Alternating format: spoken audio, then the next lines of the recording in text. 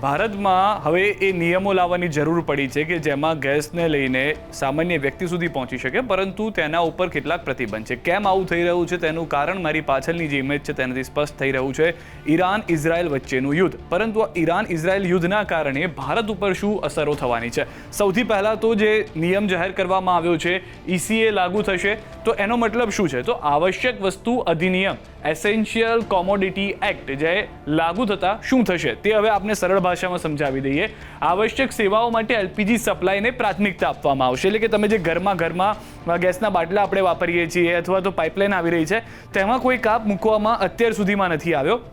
કેમ કે ECAનો સૌથી પહેલો જે રૂલ છે તેમાં એવું હોય છે કે આવશ્યક સેવાઓ માટે LPG સપ્લાયને પ્રાથમિકતા આપવામાં આવે, તેમાં કોઈ કાપ મૂકવામાં ના આવે. LPGનું ઉત્પાદન વધારવા રિફાઇનરીઓને નિર્દેશ આપવામાં આવતા હોય છે કે હવે તમે LPGનું ઉત્પાદન જે કેપેસિટી હતી અથવા જે નિયમો હતા તેની કરતાં વધુ કરો, જે સરકાર તરફથી છૂટ મળે છે. પ્રોપેન, બ્યુટેન ગેસનો વધુ ઉપયોગ LPG બનાવવામાં થાય છે. તો જે ગેસનો ઉપયોગ અલગ અલગ જગ્યાએ થતો હતો, જેમાં ખાસ પ્રોપેન અને બ્યુટેન હતો, તેને હવે સ્પેશિયલી કહેવામાં આવ્યું છે, સ્પષ્ટ કરવામાં આવ્યું છે કે તેનો વધુ ઉપયોગ હવે LPG બનાવવામાં જ કરવાનો છે. ECA લાગુ થતાં શું થશે તેની પહેલી પ્રાથમિકતા શું છે? તો પહેલી પ્રાથમિકતા એ છે કે LPGના દેશભરની અંદર, આપણા ભારત દેશની વાત કરીએ તો LPGના અંદાજે 33 કરોડ ગ્રાહકો છે. PNG ગ્રાહકો, CNG ગ્રાહકો પણ છે. ગેસ પુરવઠો પહોંચાડવાની જરૂરી કમ્પ્રેસર ફ્યુલ છે. તો હવે અહીંયા આગળ એવું છે કે છેલ્લા 6 મહિનાની સરેરાશ વપરાશના 100%, એટલે કે 33 કરોડ લોકો જે છે તેઓ લોકોને કોઈ પણ તકલીફ ન પડવી જોઈએ. ECA લાગુ થતાં પહેલો આ નિયમ છે. એટલે કે ઘરમાં આપણે જે ગેસનો ઉપયોગ કરીએ છીએ, વાહન ચલાવવામાં જે ગેસનો ઉપયોગ કરીએ છીએ, તેમાં કોઈ કાપ મૂકવામાં ના આવે. પહેલી પ્રાથમિકતા એ છે, જેમાં PNG ગ્રાહકો અને CNG ગ્રાહકો પણ આવી જાય છે. ગેસ પુરવઠો પહોંચાડવા જરૂરી કમ્પ્રેસર ફ્યુલ જે છે તેમાં કોઈ તકલીફ નહીં પડે. બીજી પ્રાથમિકતા શું છે? બીજી પ્રાથમિકતા એ છે કે ખાતર ઉત્પાદક ઉદ્યોગ. હવે અહીંયા આગળ એવું થતું હોય છે, જેમ આપણે પહેલી પ્રાથમિકતામાં જોયું હતું કે 100% 33 કરોડ લોકો છે, 33 કરોડ લોકોને પૂરેપૂરું ગેસ આપવાનો છે. હવે અહીંયા શું થાય છે? છેલ્લા 6 મહિનાની સરેરાશ વપરાશના 70%, એટલે કે અહીંયા આગળ 30% કાપ મૂકવામાં આવે છે. ખાતર ઉત્પાદક ઉદ્યોગ જે છે, એટલે ફાર્મર્સ જે છે, જે ખેડૂતો છે, તેઓને તકલીફ ન પડવી જોઈએ. ત્રીજી પ્રાથમિકતા એ છે કે ચા ઉદ્યોગ સાથે જોડાયેલા લોકો અને ઔદ્યોગિક એકમો સાથે જે પણ લોકો જોડાયેલા છે તેઓના છેલ્લા 6 મહિનાની સરેરાશ વપરાશના 80% ઉદ્યોગ સમિતિની દેખરેખ હેઠળ નક્કી થશે. એટલે કે 20% કાપ અહીંયા આગળ મૂકવામાં આવશે. 80% જેટલો જે ગેસનો વપરાશ છે તે આપવામાં આવશે, પરંતુ તેમાં પણ સરકારી જે નિયમ છે કે ઉદ્યોગ સમિતિ જે છે તૈયાર કરી છે તેમની દેખરેખ હેઠળ આ થવું જોઈએ. ચોથી પ્રાથમિકતા શું છે? શહેરમાં સિટી ગેસ ડિસ્ટ્રીબ્યુશનમાં આવતા ઉદ્યોગ અને કમર્શિયલ એકમો. હવે અહીંયા આગળ એ વાત છે કે આપણે સમાચારમાં પણ જોયું હતું કે હર્ષ સંઘવી તરફથી મીટિંગ કરવામાં આવી હતી ગેસની કંપની સાથે.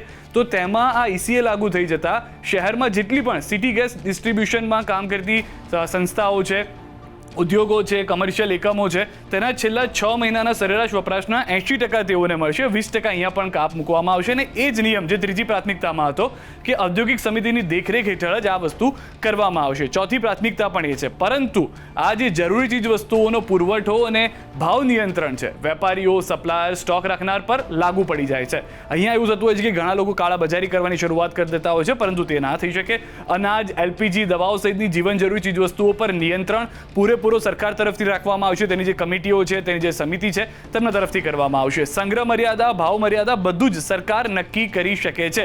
જે રીતે આપણે જોયા છે કે ભાવ હમણાં જ ગેસના વધી ગયા હતા, જે 60 રૂપિયા જેટલા, તો એ બધી વસ્તુઓ થઈ શકે છે અહીંયા આગળ.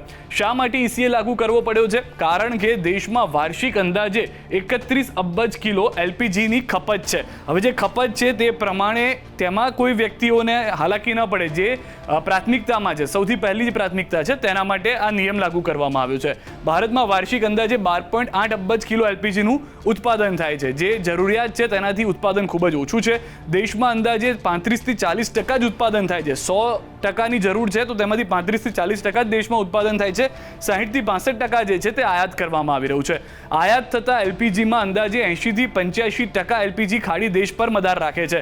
જે સ્ટેટ ઓફ હોર્મુઝ આપણે કહી રહ્યા છે, હોર્મુઝ સ્ટ્રેટથી જ આવતું હોય છે, અને તેના કારણે તે ખાડી દેશો પર જ્યારે વધારે આપણે આધાર રાખીએ છીએ તો જે સમસ્યા થઈ હતી, અત્યારે ઈરાન તરફથી કહી દેવામાં આવ્યું છે કે અમારા પર હુમલા થઈ રહ્યા છે, એટલે અમે કોઈ પણ અમારો જે કાચો માલ છે તે નહીં પહોંચાડીએ. યુદ્ધના કારણે 10 દિવસથી સપ્લાય ચેનમાં અવરોધ આવી ગયો છે અને જે યુદ્ધ ચાલી રહ્યું છે તેના કારણે આખી જે સપ્લાય ચેન કે જે ભારત સુધી 85% જેટલી જરૂરિયાત છે, તેલની છે, ગેસની છે, બધી વસ્તુ પહોંચાડતી હતી, તેમાં હાલાકી થઈ રહી છે. હવે અહીંયા પરિસ્થિતિ એ છે કે આ જે આખો રસ્તો બ્લોક થઈ ગયો છે. ઈરાનથી જે કતર છે, યુએઈ છે, જે મોકલી શકતા હતા તેઓને તકલીફ થઈ રહી છે. બીજો ભારત પાસે જે વિકલ્પ હતો એ રશિયાનો વિકલ્પ છે. રશિયાથી આવતા પણ 10 થી 15 દિવસનો સમય લાગતો હોય છે. તેના પણ કેટલાક શિપ જે છે તે અલગ અલગ દરિયા કિનારાના વિસ્તારથી ભારત તરફ આવશે. બીજી તરફ કતારની થોડી ઘણી પાઇપલાઇન છે કે જે કનેક્ટેડ છે અન્ય એક રસ્તા સાથે. અહીંયા આગળ આપ જોશો તો એ પણ 10 થી 15 કિલોમીટરનો વચ્ચેનો જે પહોળાઈવાળો રસ્તો છે, ત્યાંથી પણ માલસામાન આવો સમગ્ર દુનિયામાં પહોંચાડવો તે પણ મુશ્કેલ થઈ રહ્યું છે. તો ગેસ પુરવઠામાં 30% જેટલી જે અસર જે છે તે અત્યારના જોવા મળી રહી છે અને ગેસ પુરવઠો અત્યારના પેટ્રોલ ડીઝલના ભાવમાં અથવા પેટ્રોલ ડીઝલમાં અત્યારના કોઈ તકલીફ જોવા નથી મળી રહી, પરંતુ ગેસ પુરવઠામાં 30% જેટલી જે અત્યારના અછત જોવા મળી રહી છે, જેના કારણે આ નિયમો લાગુ કરવામાં આવ્યા છે. પરંતુ ECA લાગુ થતાં જ પ્રાથમિકતા ઘર ઉપયોગમાં લેવાતા LPGને મળશે, વાહન ચાલકો જે CNGનો ઉપયોગ કરી રહ્યા છે તેઓને મળશે. કમર્શિયલ બાટલા બંધ કરવામાં આવે છે, કેટલીક ઇન્ડસ્ટ્રીઝને તેની અસર થશે ચોક્કસથી, પરંતુ તેઓને શૂન્ય અત્યાર પ્રમાણે કરવામાં નહીં આવે. તેઓને જે ગેસ પહેલાં મળતો હતો તેમાં થોડો કાપ મૂકવામાં આવ્યો છે.